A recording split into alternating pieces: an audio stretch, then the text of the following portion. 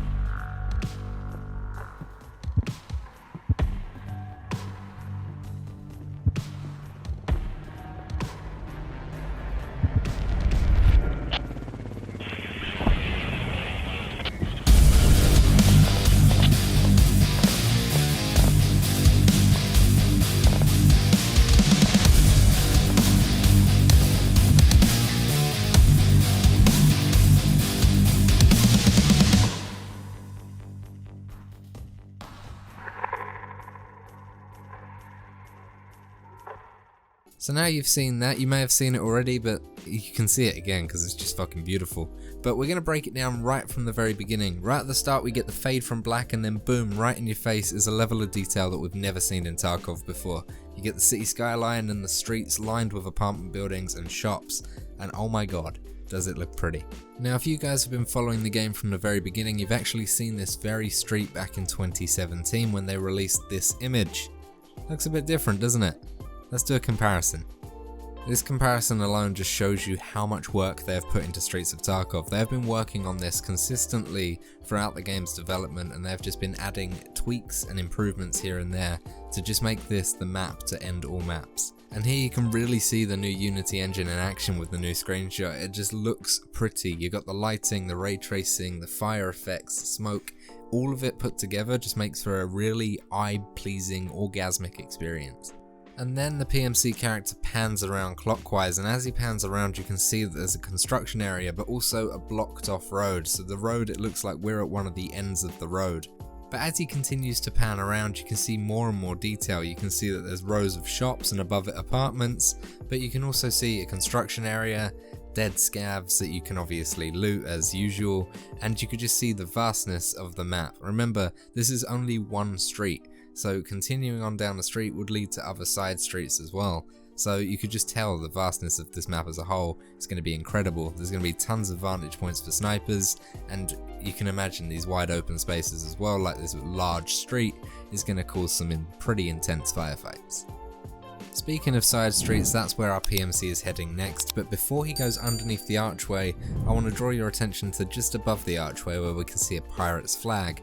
Now this could resemble a few things. It could just resemble the anarchy that's gone on in the Vengence region, but personally I think it's going to symbolise where a scav boss is going to spawn. We see it on a few maps, we see different markings for where scav bosses can spawn, and we know certain areas, and we know that Streets of Tarkov is more than likely going to have more than one scav boss. So maybe the pirate flag can symbolise the area in which you can find the scav boss, and I think that would be a really interesting concept. You can be aware in these certain situations that you're going to be encountered by a big fuck off bad boy that is going to bum you in the ass without any warning. Moving on just a little bit under the archway, we see a Terror Group SUV. Now maybe this is a lootable SUV like we've seen in other maps, and maybe you can open this up and find stimulants or even labs keycards. That'll be a pretty interesting spawn. Maybe it'll have a key to it and it'll have interesting loot, but who knows. It's just the first SUV that I've seen in Tarkov with the Terror Group marking on it. And now we're on the other side of the archway and you can see a few buildings. You got the apartment block in the background, which I hope that we can go into, because imagine the sniping opportunities in that. Get up to the top floor and just look down upon people like they're ants, and you can squash them with your M700. But just to the left of that you can see a building that is boarded up. Nikita did say that not every building is accessible. This could be one of them, but maybe there's an entrance through a window like we've seen on maps like Reserve. Who knows, but this is just really atmospheric. So we've now walked past a few items on our right hand side, a playground which could have a duffel bag on it like we've seen on other maps, but it also walked past a few garages. The garages could be similar to the customs map, who knows, maybe a weapons crate, some jackets, just general shit in there. But now we've entered our first building. Now this building is mainly going to consist of apartments, but as the case in many places around the world, including Russia, if you were to enter on the ground floor you will see shops and different places of work, and then as you head higher up in the building you will see apartments. So as you can see here, we're about to head in the pharmacy. And look what happened right there. You may not notice it, but that is a brand new animation for opening doors. If you want to see it more directly, here's a comparison between the new animation that we see in this trailer and what you can find in game already.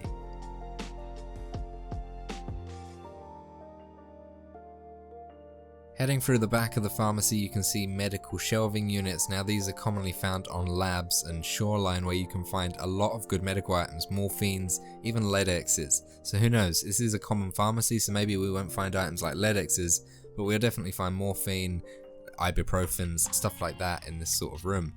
And then we head through to the front, and as you can see the lighting, as I mentioned earlier, is just phenomenal. I don't actually know how much loot we'll actually find on these shelves, but there is a lot of them to check. So I'm hoping for quite a lot of loot, please. Walking through a bit more and you can see that we're not trapped in. We don't have that one door that we entered to exit. We've got the front doors and they look open. So we ain't going to be trapped in if we are in a gunfight and we need to dip out. We've got multiple entry and exit points, which is good for flanking as well. So we now go through to another back section of the store, and as you can see there's more medical shelves but also computers that we could find in this map as well. And then our character breaches the door and we're back out to where we started. So you can see this store actually goes in a C shape. Once again, really good for flanking. We now head up the stairs to where the apartments will begin. As you can see on the left hand side we've got the apartment number 6, and then another example of not every room being accessible. We've got a door that doesn't look like it can be entered on the right hand side. But as you go up the stairs, I just want to mention again, this just looks so atmospheric. I get it, they're running it on a test bench, so they're running it in ideal circumstances to make the game look as pretty as it can be. But hopefully they iron out some performance hiccups and we can actually play the game like this, because oh my god does it look good. And now we actually go into apartment number 6 with again the new door open animation, but what you can see is when you open the door the power is completely gone, so you'd have to use your flashlight. But if you turn to the circuit breaker just to the right hand side of the door to the apartment, you can actually turn on the power. So this is similar to how interchanges where you pull the lever and you've got power to the store, but in a more confined area. Maybe this is based on floors, maybe you have to go down to the basement and turn on the power first, and then you have to activate each floor, but it gives you a different style of play. Imagine playing this map at night. You can either turn on the power and light up the position, you'll see the lights on from outside the apartment and you know someone's been there, or you can just stealth around with NVGs on or flashlights and just imagine looting this place in the dark. But personally, I also think this could be their first iteration of the light switch feature that they want to implement in the future. They do want to add light switches so you can turn off room by room, but this could be sort of their testing phase on how that's going to work. But localized power and localized lighting will definitely be a thing for Streets of Tarkov, and that just makes me so happy. New features like this just get me so hyped. We now enter the apartment and you can just see how lived in this looks. This is the first time I can actually say in playing Tarkov, when entering a residential place, this looks lived in. The shit thrown everywhere and just the general trashiness of the place looks like people have left in a hurry. There's still slippers by the bed, for example. It just looks lived in. But then you go to the end of the hallway and you see like a closet, there's a duffel bag at the top which you can obviously loot. In the kitchen there's an open fridge, but then we get to the main room of the house, the living room. Now when I was watching this, I had to watch it a couple of times. You enter the living room, he looks right, and you can see a bunch of loose valuable items. Now personally I think the valuable items are gonna have spawns there, but I don't think you can find them all in one raid. I think they've put them all up there so you can see the potential of this room. So there's obviously a teapot on the table, and then behind it on the shelving unit you got a horse statue and a raven statue on the shelves. And then he turns left where you can see a lion statue and a cat statue on the shelving unit there. And then moving through to where the main sofa is, you can see what looks like a broken G-phone and a power cord on the table, and then another G-phone on the sofa itself. Behind the sofa there's yet again more shelves where you can see a clock and another cat statue, and obviously the Doge painting, because why the fuck not, right? And then making our way over a little bit more towards the window, you can see a one-seater chair with a smaller coffee table next to it. On that coffee table it looks like there is actually a Tetris there, and on the window ledge itself you can see that there's a bottle of whiskey. So this apartment alone has a lot of valuable items that could potentially spawn within it. And remember, this is only one apartment. There's a few floors to this building, so if all apartments are laid out similarly, we could be pulling out a massive amount of loot. And for our final scene in this teaser trailer, we get another look at that beautiful skyline and a view of the street below. Remember, we're now on the first floor of this building, so what I was talking about when it came to sniper potential, it's so vast on this map. You can see the streets from so many different angles, and you can kill scavs and other players really easy. I feel that this is going to be a sniper's paradise. And that's it, we fade to black, we get the escape from Tarkov splash, and then get ready for escape. Battlestate, I've been ready for escape for 3 years. I've been playing this game, I'm addicted to this game, and I have been for 3 years. But anyway guys, let me know what you thought of this teaser trailer down below, and if you did enjoy this little breakdown, give it a thumbs up and subscribe to this channel to stay up to date with all the latest Tarkov content. And when Streets of Tarkov comes out, we're going to be making tons of content on that because I am so hyped. This was a beautiful teaser in my opinion, and I can't wait to see more.